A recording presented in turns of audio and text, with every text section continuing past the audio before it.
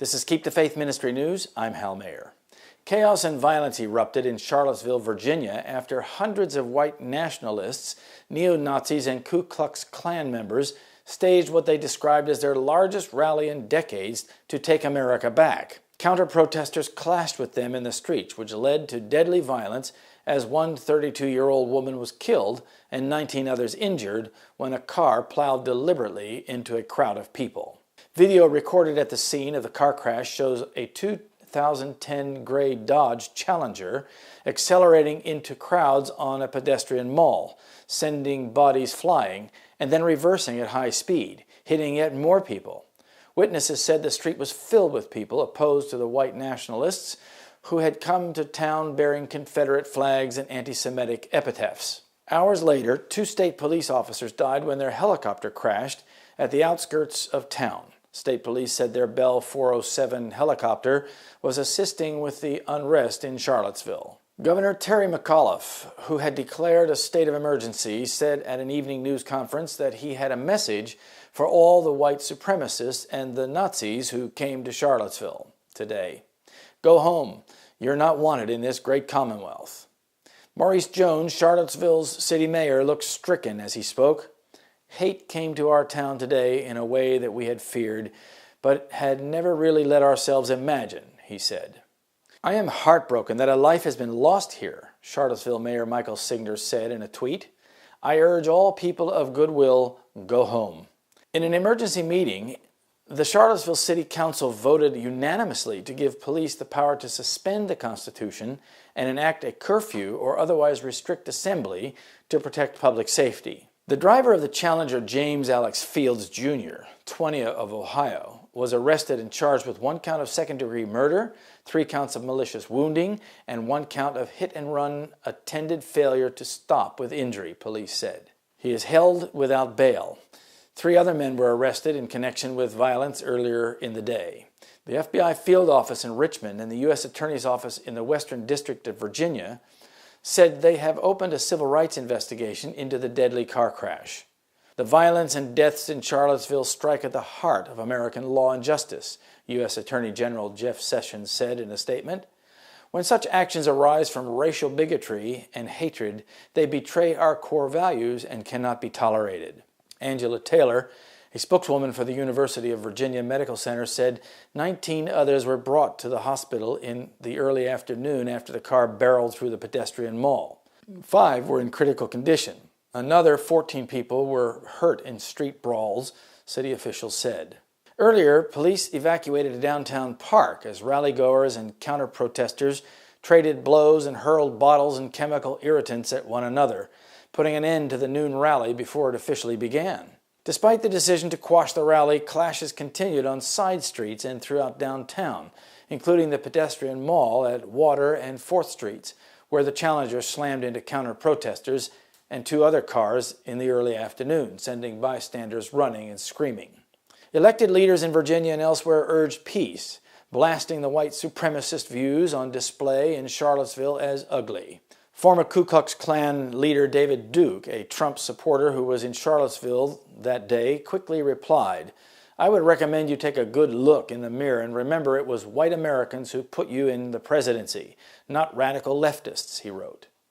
Asked by a reporter in New Jersey whether he wanted the support of white nationalists, dozens of whom wore red Make America Great Again hats during the Charlottesville riots, Trump did not respond. Even as crowds began to thin in Charlottesville, the town remained unsettled and on edge. Onlookers were deeply shaken at the pedestrian mall where ambulances had tried to treat those injured by the car. Chan Williams, 22, was among the counter-protesters in the street chanting Black Lives Matter and Whose Streets? Our Streets. The marchers blocked traffic, but Williams said drivers weren't annoyed.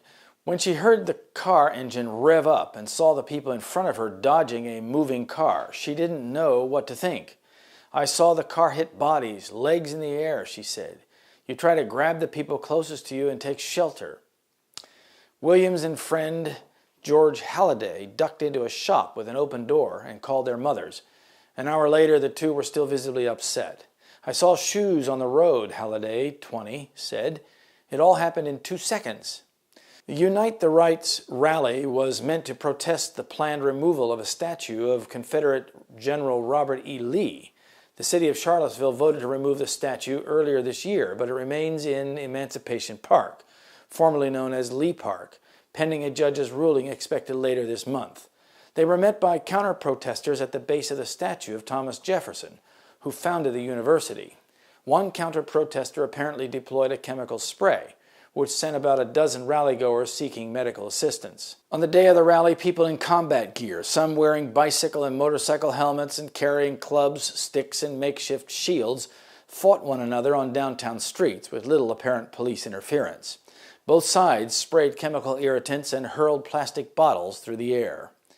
A large contingent of Charlottesville's police officers and Virginia State Police troopers in riot gear were stationed on side streets and at nearby barricades, but did nothing to break up the melee until about 11:40 a.m. Using megaphones, police then declared an unlawful assembly and gave a 5-minute warning to leave Emancipation Park. By early afternoon, hundreds of rally-goers had made their way to a larger park 2 miles to the north. Duke, speaking to the crowd, said that European Americans are being ethnically cleansed within our own nation and called the events the first step toward taking America back. White nationalists leader Richard Spencer also addressed the group, urging people to disperse, but he promised they would return for a future demonstration, blaming the violence on counter-protesters. In an interview, Spencer said he was beyond outraged that police had declared the planned rally an unlawful assembly. "I never before thought that I would have my country cracking down on me and on free speech," he said. "We were lawfully and peacefully assembled. We came in peace and the state cracked down." He said that counter-protesters attacked rally-goers, but also acknowledged that maybe someone threw a first punch on our side. "Maybe that happened. I obviously didn't see anything." By 11 a.m., several fully armed militias and hundreds of right-wing rally-goers had poured into the small downtown park that was to be the site of the rally. Counter-protesters held Black Lives Matter signs and placards expressing support for equality and love as they faced rally-goers who waved Confederate flags and posters that said, "The Goyim no," referring to non-Jewish people, and the Jewish media is going down. "No Trump, no KKK, no fascist USA," the counter-protesters chanted. Michael von Koch, a Pennsylvania resident who called himself a Nazi, said the rally made him proud to be white. He said that he has long held white supremacist views and that Trump's election has emboldened him and the members of his own Nazi group. "We are assembled to defend our history, our heritage, and to protect our race to the last man," von Koch said, wearing a protective helmet and sporting a wooden shield and a broken pool cue. "We came here to stand up for the white race." Noundi Cook, 23, who is black, said that she came to the counter-protest to support my people, but that she's never seen something like this before.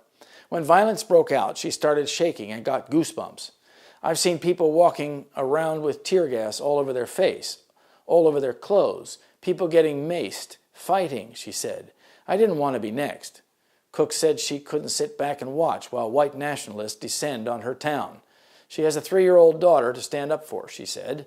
"Right now, I am not sad," she said once the protest dispersed. "I'm a little more empowered. All these people and support, I feel like we're on top right now because of all the support that we have." America is on the brink of civil war with political and racial elements, and the earth was filled with violence. Genesis 6, verse 11. "And as it was in the days of Noah, so shall it be also in the days of the Son of Man." Luke 17:26. This is Keep the Faith Ministry News. Thank you for watching.